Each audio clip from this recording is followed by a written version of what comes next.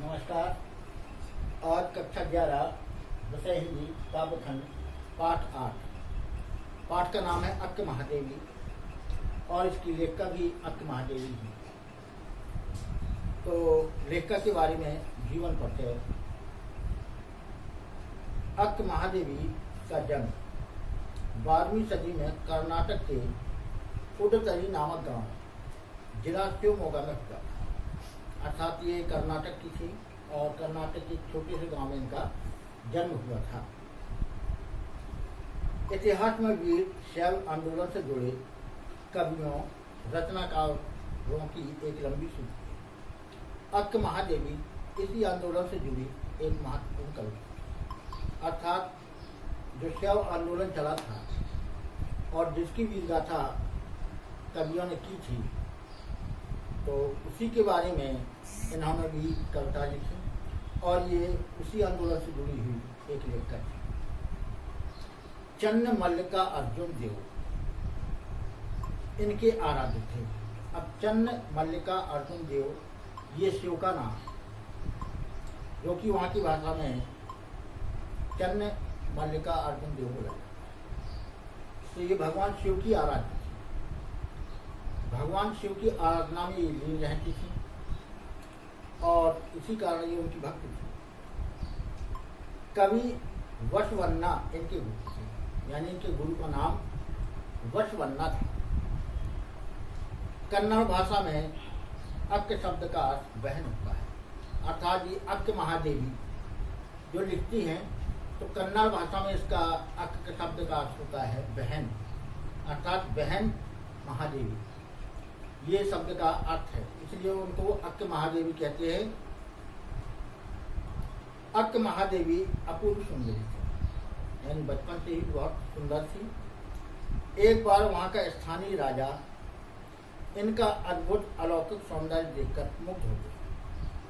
अर्थात जहाँ ये रहती थी, वहाँ जिस राजा का राज्य था, इनकी सुंदरता को देखकर वो उन पर मुग्ध हो गया और उनसे विवाह करने की इच्छा कर। तो और विवाह के लिए राजा ने इनके परिवार पर दबाव डाला, क्योंकि राजा था। तो राजा ने दबाव डाला कि नहीं, मैं इनके साथ विवाह करना चाहता हूँ। तो ये विवाह के लिए राजी तो हो गए, किंतु उन्होंने राजा के सामने 3 शर्तें रखी कि आप जब तक इन शर्तों का पालन नहीं करेंगे, मैं विवाह नहीं करूँगा। तो उन शर्तों को पालन करना था और राजा को विवाह भी करना था। इस कारण उसे 3 शर्तें माननी पड़ी। और इसके बाद उन दोनों का विवाह हो गया। लेकिन विवाह के बाद राजा ने उन शर्तों का पालन नहीं किया। जो शर्त उन्होंने राजा से कही थी कि इन 3 शर्तों का हमें पालन करना है, तो जब तक विवाह नहीं हुआ, राजा उन शर्तों को मानने के लिए तैयार था। लेकिन जैसे ही विवाह समाप्त हुआ या विवाह हो गया, उसके बाद राजा ने उन शर्तों को मानना अस्वीकार कर दिया। अब विवाह हो ही चुका था और राजा था, इन शर्तों को मानने के लिए उनके पास कोई दूसरा चारा नहीं था। तो उनकी ये पत्नी बन चुकी थी, इसलिए राजा ने सोचा कि अब उन शर्तों को मानने से क्या लाभ, इसलिए उसने उन शर्तों को मानना छोड़ दिया। इसलिए महादेवी ने उसी क्षण राज परिवार को छोड़ दिया। लेकिन ये भी अक्क महादेवी अपनी जिद की पक्की थी। जब राजा ने उनके द्वारा बतलाई गई 3 शर्तों को मानना छोड़ दिया, तो ये भी उनसे रूठ गई और इन्होंने भी उसका घर छोड़ दिया। बोले क्यों? बोले अब नहीं। पर अक्क ने जो इसके आगे किया वह भारतीय नारी के इतिहास की एक विलक्षण शब्द। अर्थात राजा का घर छोड़ने के बाद इन्होंने क्या किया, वो भारतीय इतिहास की स्कूलों में आज भी जाते हैं। अर्थात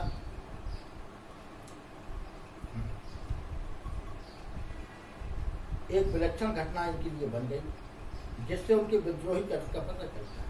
अर्थात उनके अंदर कोई क्रांति की चिंगारी छिपी हुई थी, जो विद्रोह भावना को उत्पन्न करती। अर्थात राजा के यहाँ रहते हुए भी, राज परिवार में रहते हुए भी वो चिंगारी उठी और इन्होंने राजमहल छोड़ दिया, क्योंकि राजा ने इनकी शर्तों को मानने से इनकार कर दिया। तो ये विद्रोही भावना उनकी तरफ को चर्चाश कर कि विद्रोह की भावना जो उनके हृदय में थी वो आज राजा की आज्ञा न मानने से टूट पड़ी। सब ने चौंकाने और तिलमला देने वाला तथ्य यह है, अर्थात सबसे आश्चर्य में डालने वाली बात ये थी जो आगे बताई जा रही है कि अक्क ने सिर्फ राजमहल ही नहीं छोड़ा, अर्थात राजा का घर ही नहीं छोड़ा, वहां से निकलते समय पुरुष वर्चस्व के विरुद्ध अपने आक्रोश की अभिव्यक्ति, अर्थात राजमहल से निकलने के पश्चात उन्होंने संपूर्ण पुरुष, यानी जैसा राजा भी पुरुष था, तो उन्होंने संपूर्ण पुरुष को चुनौती देते हुए ये कार्य किया कि उन्होंने अपने वस्त्रों को भी उतार दिया, अर्थात राजा का सम्मान सब मिट्टी में मिला दिया। वस्त्र को उतारकर फेंकना ही केवल वस्त्रों का त्याग नहीं, बल्कि एकांगी मर्यादाओं और केवल स्त्रियों के लिए निर्मित नियमों का तीखा हुआ। अर्थात उस समय माना जाता था कि स्त्रियां मर्दों की गुलाम होती, अर्थात जो काम पुरुष कराना चाहे उनसे करा सकता था। इसके इन्होंने विरोध किया और यही कहा केवल स्त्री ही मर्यादा में नहीं रहती, पुरुषों को भी मर्यादा में रहना चाहिए। इसके जो नियम पहले बने हुए थे उन्होंने इसका तीखा विरोध किया, अर्थात वो नियमों को मानने से इनकार करती नहीं और उन्होंने उनका पालन नहीं किया। उनका विश्वास था स्त्री केवल एक शरीर नहीं जिसे पुरुष खरीद ले और चाहे मन चाहे जैसा काम कराए।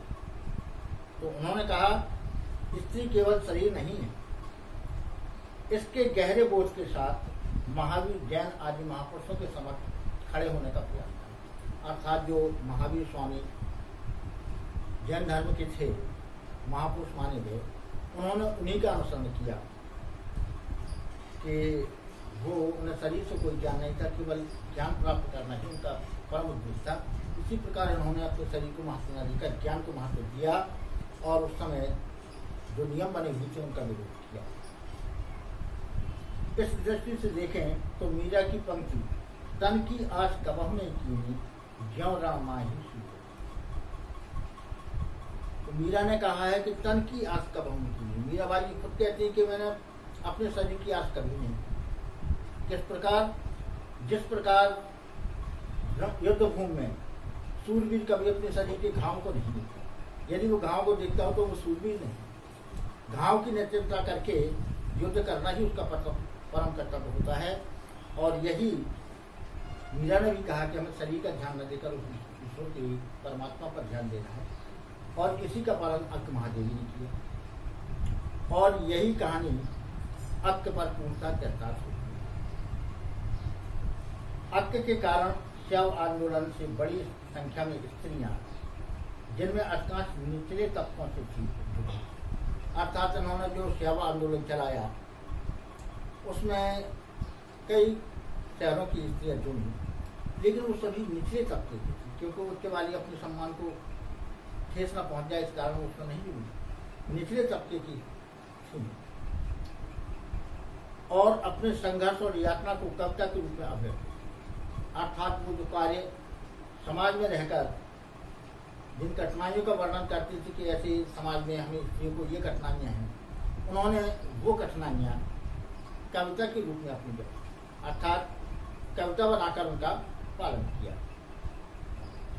स्वयं अक्क भी निचले तबके से ही आई थी, अर्थात अक्क महादेवी भी निचले वाली थी, निम्न वर्ग थी, लेकिन राजा के साथ विवाह उसकी इच्छा से हुआ था, लेकिन ये निचले तबके ही थी। इस प्रकार अक्क महादेवी की कविता पूरे भारतीय साहित्य में इस क्रांतिकारी चेतना का पहला सर्जनात्मक दस्तावेज, अर्थात स्त्रियों को प्रेरणा देने के लिए जो सबसे पहले जिन्होंने कविता के माध्यम से इसका विरोध किया, उसमें अक्क महादेवी का ये कविता सबसे श्रेष्ठ है और संपूर्ण स्त्रीवादी आंदोलन के लिए एक अजस्र प्रेरणा थी। अर्थात स्त्री जात के समुद्धार के लिए इन्होंने जो कार्य किए वो सराहनीय है और स्त्रियों को प्रेरणा देने का है, अर्थात इनकी प्रेरणा पाकर वो भी उस गुलामी के विचार को त्याग कर अपने स्वयं कर्तव्य का ध्यान रखें और अपना भी वर्चस्व बनाएं। इसके लिए उन्होंने स्त्रियों को प्रेरणा दी। अब आते हैं पाठ पर। हे भूख मत मचल प्यास मत। इसमें कवित्री ने भूख प्यास क्रोध मोह लोभ मत ईर्षा पर नियंत्रण रखने और भगवान शिव का ध्यान लगाने की प्रेरणा दी। तो अब के महादेवी भगवान शिव की परम वे सांसारिकता त्याग शिव की आराधना में लीन होने का संदेश देती है, अर्थात वो भगवान शिव की महान भक्ति थी, शिव की आराधना ही करती थी और इसी के लिए उन्होंने अपने आराध्य देव की प्रार्थना की और प्रार्थना करते हुए कहा है, हे भूख मत मत। हे भूख, हे सांसारिक वस्तुओं की चाह, तू कुछ पाने के लिए मत कि मुझे ये प्राप्त करना है, वो वस्तु प्राप्त करना है। ये हमारा मन चंचल है, चारों तरफ वस्तुओं को प्राप्त करना चाहता है। तो वो सोचती है कि हे भूख, ऐसी हमें कोई इच्छा न रह जाए जिसकी हमें चाहे। हे सांसारिक प्यास, तू मन और पानी की तृष्णा मत कर, यानी तृष्णा मनुष्य की कभी समाप्त नहीं। जैसे आज साइकिल है, कल वो चाहेगा मोटरसाइकिल, मोटरसाइकिल से कार, कार से बस। तो इस प्रकार मनुष्य की जिस प्रकार तृष्णा बढ़ती जाती है, तो ये मनुष्य की प्यास होती है और उसकी प्यास जीवन भर नहीं होती। इसी कारण अक्कमरा देवी उसे समझाती हुई कहती हैं कि हे मन, तू कुछ और पाने की तृष्णा मत, अर्थात ईश्वर ने तुझे जो दिया है उसी में। हे नींद मत सता, क्रोध मचा मत उथल। हे नींद, नींद तो वो कहती है, तू मुझे सोने के लिए मजबूर मत कर, अर्थात सो जाने से मेरा ज्ञान भी सो जाएगा। मुझे उस ईश्वर की आराधना करना है जिसके उपासना मैं करती हूँ और उसके लिए तू मुझे मत सके, अर्थात मैं नींद में हो जाऊंगी तो उस प्रकाश रूपी ईश्वर के दर्शन कहाँ से प्राप्त करें। इसलिए वो नींद को प्रकाश को कहती है, तू मुझे मत सका। तो हे क्रोध मचा मत उछल, हे क्रोध, तू मन में उछल पुछल और हलचल। क्रोध इसलिए कि राजा ने जो हमारी बातें मानी, वो उसने सब तीनों शर्तों को तोड़ दिया। मेरे मन में क्रोध कि मैं इस प्रकार राजा का विनाश कर दूंगी, इस प्रकार राजा को, तो वो अपने मन को भी समझाते हुए कह रही है कि हे क्रोध, मेरे मन में उछल मत, अर्थात जो होना था हो चुका। अब मेरा मन तो भगवान मल्लिकार्जुन अर्थात शिव में लग चुका है, इसलिए तू मेरे शरीर में और क्रोध की ज्वाला मत भड़का। हे मोह, पास अपने धी लोभ मत लगता।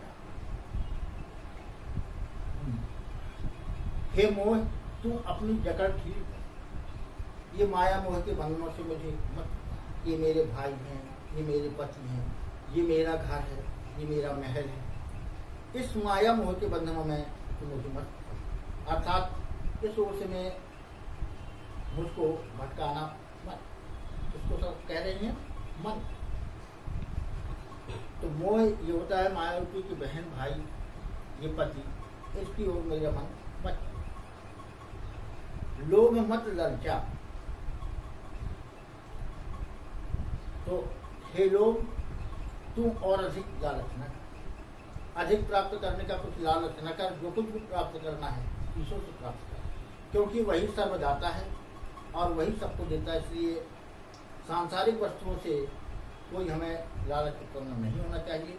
ईश्वर जो कुछ देता है उसी में हमें पर्याप्त संतोष करना चाहिए। हे मद, तू और अधिक पागल न बना। हे मद, मद कर मद हो ईता जला मत। हे मद, तू अधिक पागल न बना। हे ईर्षा, तू अन्य लोगों की उन्नति से नहीं, जो दूसरे लोग उन्नति करते हैं। जैसे मानो देखता है कि अरे वो आज कहाँ गरीब था, आज इतना रईस हो गया, उसके यहाँ मोटर गाड़ी चलने लगी, तो ये ईर्षा होती है। तो ईर्षा कारण क्या होती है मन की जलन, दूसरे को उन्नत करते देखकर मन में जो ईर्ष्या होती है, उसके कारण मनुष्य पागल सा हो जाता है। उसी को रोकती है कि हे ईर्ष्या, दूसरों की उन्नति देखकर तुम मुझे पागल मत करो, क्योंकि हमें तो ईश्वर से मांगना चाहिए, वही सर्वदाता है। ओ चराचर मत चूक अवसर, आई हूँ संदेश लेकर चन्न मल्लिका अर्जुन का। कवित्री कहती है कि ओ जड़ और चेतन संसार, जड़ और चेतन संसार, जड़ होते हैं पेड़ वृक्ष, चेतन संपूर्ण प्राणी, तो दोनों को संबोधित करती हुई कहती है कि हे जड़ और चेतन संसार, तुम्हारे लिए यह महत्वपूर्ण अवसर है। तुम स्वयं को शिव की आराधना में लीन कर दो। चंद्रमल का अर्जुन अर्थात शिव की आराधना में लीन। जब भगवान की भक्ति करोगे तो तुम्हें अन्य वस्तुओं की चाह समाप्त हो जाएगी। उनकी कृपा से ही आप सब कुछ प्राप्त कर लेंगे। इसलिए यहाँ वहाँ मत भटक कर आप शिव की आराधना करें। मैं सबके लिए चन्न मल्लिका अर्जुन अर्थात शिव का भक्ति संदेश लेकर आया। मैं इस संसार में भगवान शिव की भक्ति का संदेश लेकर आई हूँ कि आप उनकी भक्ति करें तो आपको संपूर्ण वस्तुएं प्राप्त हो जाएगी। इसलिए सांसारिक वस्तुओं में अपने मन को मत भटकाओ। अतः सांसारिकता छोड़कर स्वयं को प्रभु के चरणों में अर्पित कर। हे मनुष्य, जो तू सांसारिक माया, मोह, क्रोध, ईर्षा इसमें फंसा हुआ है, दूसरों को बढ़ती हुई देखकर तू ईर्षा करता है, कुछ वस्तुओं को प्राप्त करने के लिए लोग लालच करता है, इस सब वस्तुओं को छोड़ दे, क्योंकि ये सब वस्तुएं नश्वर है। केवल एक ही आधार है कि भगवान शिव की आराधना करो, उसी से आपको सब कुछ प्राप्त, अर्थात उनके चरणों में अपना संपूर्ण मन शरीर अर्पित कर दो, वो आपको सब देगा। इसमें कवित्री शिव की आराधना के लिए संसार का पूर्णतः त्याग करने के लिए कहती है, अर्थात सांसारिक वस्तुओं से माया मोह हटाकर शिव के चरणों में अपना शीश नवाओ। वह लोगों को काम, क्रोध आदि षड रिपुओं से दूर रखना चाहती है, यानी 6 जो शत्रु हैं उनसे ये हमें दूर रखती है, अर्थात भगवान शिव की आराधना से हमारी कार्य न भूख, प्यास, नींद, क्रोध, मोह, लोभ, मद, ईर्ष्या को मानवीय पात्रों के समान प्रस्तुत किया गया है, अर्थात इसमें मानवीय अलंकार है। संबोधन शैली के कारण कविता सजी बन पड़ी। ये था पहले का। दूसरा पदखंड है, हे मेरे जूही के फूल जैसे ईश्वर, मंगवाओ मुझसे भी। इस वचन में कवित्री ईश्वर के सम्मुख संपूर्ण समर्पण का भाव व्यक्त करती है, अर्थात मैं ईश्वर के सामने अपने संपूर्ण शरीर और मन को समर्पित करती हूँ। कवित्री चाहती है कि वह सांसारिक वस्तुओं से पूरी तरह खाली हो, उसे खाने के लिए भी तक न मिले। शायद इसी तरह उसको संसार उसको छूट सके, अर्थात जब कुछ प्राप्त नहीं होगा, खाने तक भी प्राप्त नहीं होगी, तो मेरा शरीर छूट जाएगा और मेरा शरीर भगवान शिव के चरणों में अर्पित हो जाएगा। तो अक्त महादेवी भगवान शिव की आराधना थी। इस वचन में वे स्वयं को ईश्वर के चरणों में पूरी तरह समर्पित करती हुई कहती हैं कि हे मेरे जूही के फूल जैसी ईश्वर, मंगवाओ मुझसे। हे ईश्वर, जिनका मन जूही के फूल के समान कोमल है और सुंदर है, हे ईश्वर, आप मेरा सब कुछ छीन लो, जो संसार की माया मोह जो मैं बंधी हुई, इन सबको हरण कर लो। कुछ ऐसा करो कि मुझे भीख भी न मिले, अर्थात मैं संसार में मांगने जाऊं कुछ तो मुझे प्राप्त ना हो, जिसके कारण मेरा मन अपने आप ही आप में लग जाएगा। अर्थात जब मैं सांसारिक लोगों से कुछ मांगने जाऊं तो वो कहती है मुझे वहां भीख भी प्राप्त ना हो, जिसके कारण मेरा मन आप में लग जाएगा।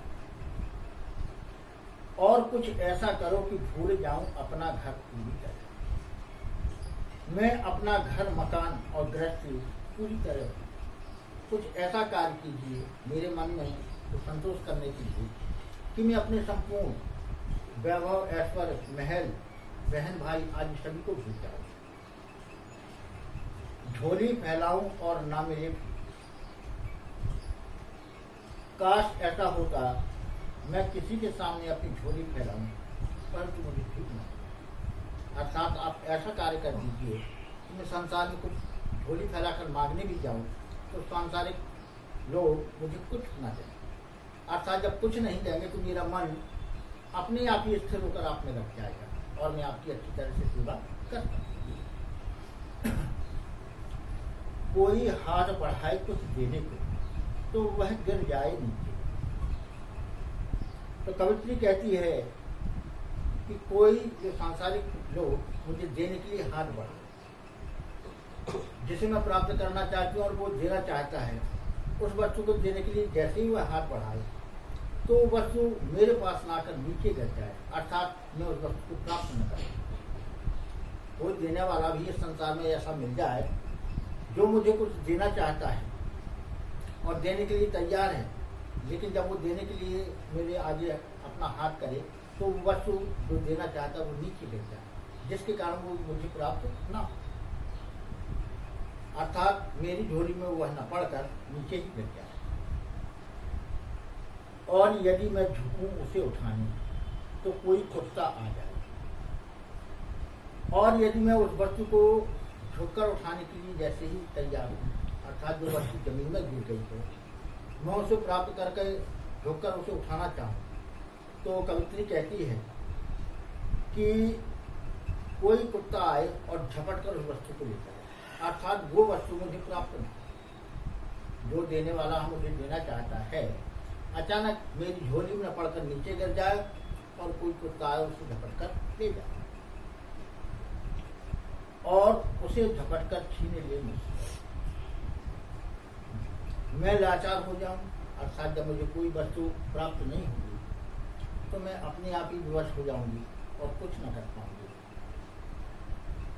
मेरा अहंकार नष्ट हो जाए, जो मेरे मन में घमंड बसा हुआ है कि ये सब सांसारिक वस्तुएं मेरी है, ये मेरा घर है, ये मेरा भाई है और ये मेरे महल हैं, ये अहंकार जो मेरे मन में भरा हुआ है, अचानक उन वस्तुओं को प्राप्त न करके जब मुझे कोई वस्तु प्राप्त ना होगी तो मेरे मन का ये घमंड हमेशा के लिए दूर हो जाएगा